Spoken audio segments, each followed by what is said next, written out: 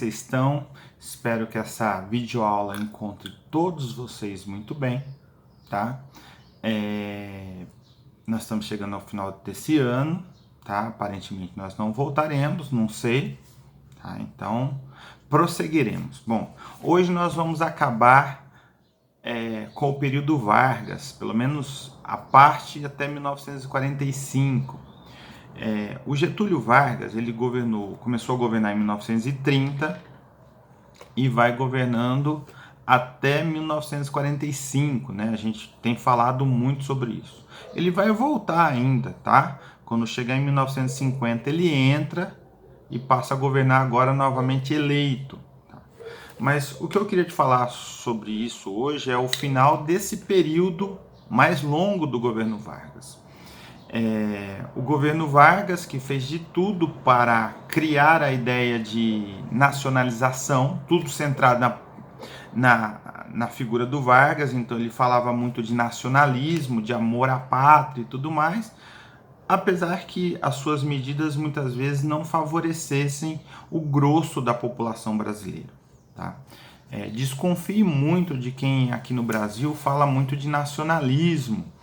Infelizmente, apesar de eu amar intensamente o meu país, infelizmente eu vejo que os políticos estão sempre usando essa causa nacionalista em proveito próprio. Tá? Dizem que amam, mas na hora de fazer alguma coisa pela população do país, eles acabam não fazendo. Bom, mas opiniões à parte, o Getúlio Vargas usou a música popular, a cultura brasileira, como um elemento de unificação, de nacionalização, de defesa do nacionalismo. Então, na página 136 do seu livro, tá falando sobre como o samba, que é uma música obviamente tipicamente brasileira, foi utilizada pelo governo Vargas. Aliás, diga-se de passagem, nono ano, foi nesse momento em que o samba passou a ser visto como uma música tipicamente brasileira. Antes disso, cada região do país tinha uma música mais típica sua. Quer dizer que as outras vão desaparecer? Claro que não, mas de repente, em poucas décadas, todo mundo passa a considerar o samba como uma música típica do Brasil. O outro aspecto importante que o seu livro trata é a famosa Marcha para o Oeste. Tá? Deixa eu te falar um negócio.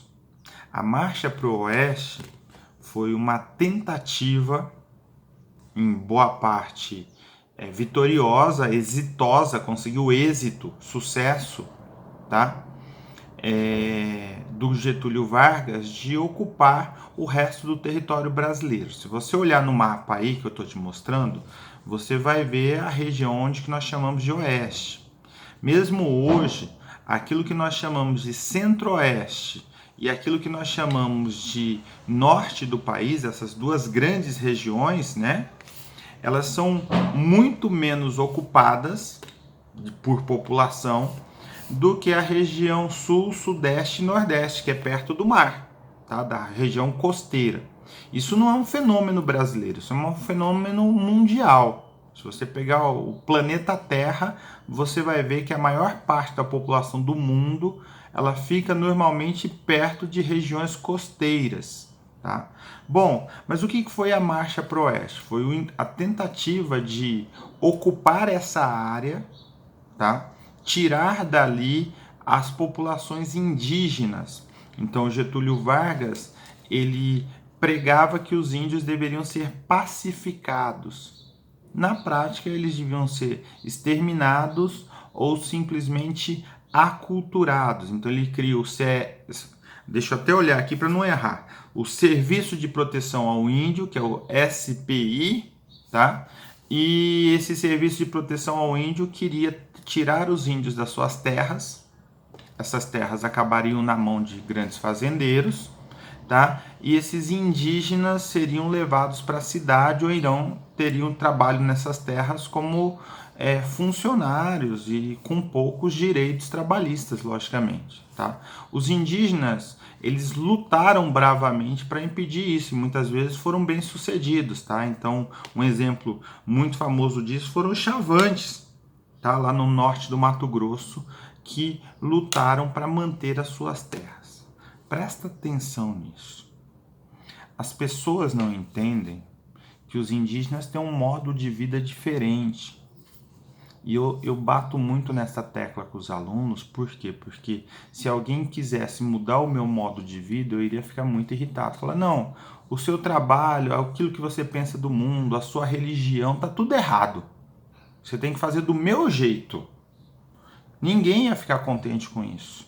Ninguém iria ficar contente se tirasse a sua religião, o seu trabalho, a casa onde você mora e falasse assim, agora você vai morar lá do outro lado do mundo. Todo mundo vai sair daqui, os seus vizinhos, os seus parentes vão tudo para outro lugar. Você não ia ficar contente. É isso que a gente acaba tentando fazer o tempo todo com os indígenas, tentando mudá-los, não respeitando a sua cultura. Isso é algo muito sério, isso é algo muito violento, né? Ninguém quer isso, tá? Bom, mas aí para acabar essa parte do Getúlio Vargas. O Getúlio Vargas, apesar de ter acumulado muito poder, logicamente ele tinha uma grande oposição a ele, né? O que é absolutamente natural em qualquer governo do planeta. Depois de 15 anos governando, e depois de nós termos ido para a Segunda Guerra Mundial, que nós estudamos várias aulas lá para trás, a oposição falava, olha, as tropas brasileiras, né, a FEB, né, a Força Expedicionária Brasileira, foi lá para a Europa lutar pela democracia, acabar com o governo do Hitler, acabar com o governo do Mussolini e tudo mais, tá? E aqui nós temos um ditador, isso não está certo. Então, pressionado, o Getúlio Vargas acaba abrindo mais o sistema político. Permite a formação de novos partidos políticos, né, e grupos que vão fazer pressão.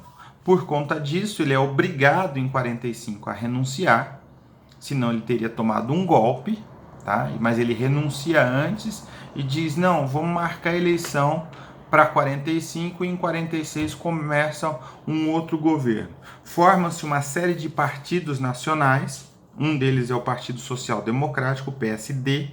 Outro ainda está por aí, que é o PTB, o Partido Trabalhista Brasileiro, fundado pelo Getúlio Vargas. E tem uma grande força, tá?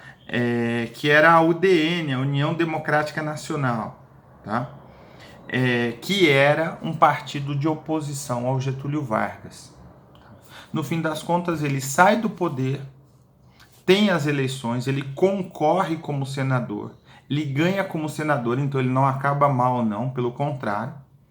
Tá? E quem assume o poder foi um antigo general dele, mas que não quer dizer que eles eram amigos, não.